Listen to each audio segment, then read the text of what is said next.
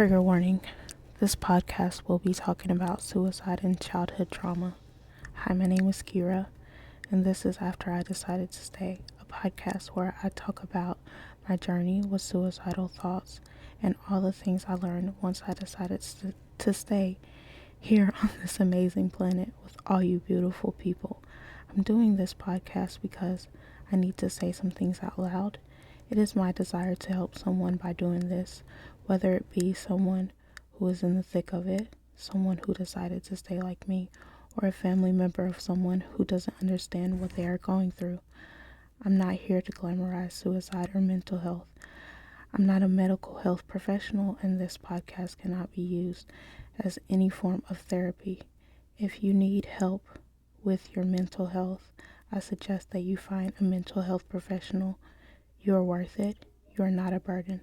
Thanks for being here. I had a weird dream. I was in Victorian England. I think maybe someone had passed away. Maybe that's just what I thought initially because the men were wearing black suits. I think that's just what men wore back then. The women were wearing dresses of many colors. I was a white man in the dream. I groped a woman's bosom in the kitchen and got caught by a colleague of mine. I woke up and realized that had to be a memory from a past life. I kept screaming at myself in the dream. "Leave her alone," I kept saying.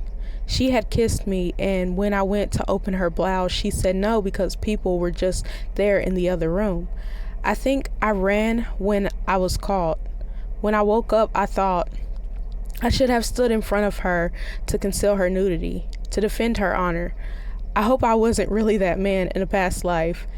It makes sense though, because during really sad or stressful times, my mind goes to the gutter. I used to think it was on account of me being introduced to sex at such a young age, but now I think it's deeper. How much of our past lives shape our present one? What if our free will isn't just the things we pick right now in this life?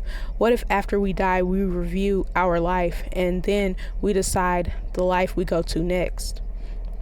Like, what if we co-create with God what our next life cycle will be like?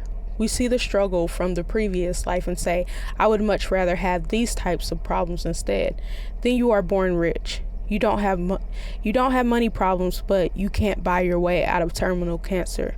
Some spiritual teachers say that we as spiritual beings chose this life. I'm curious to know how much of it did we actually decide, and how much of it is just residual from the previous lives.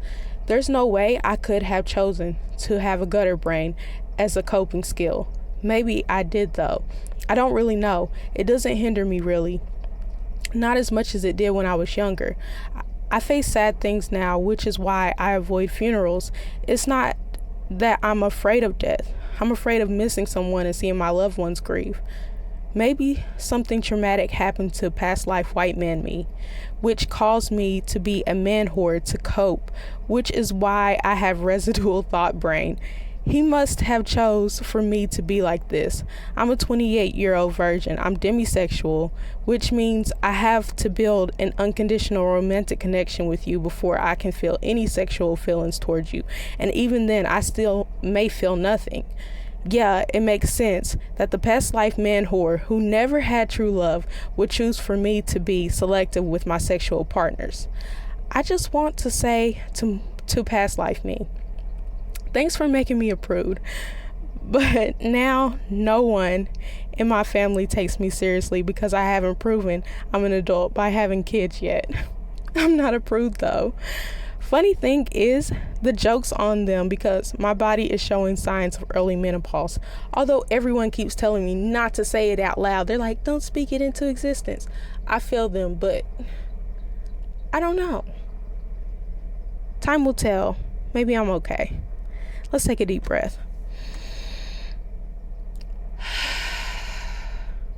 Thanks for listening. You are worthy. You are not a burden. Thanks for being here.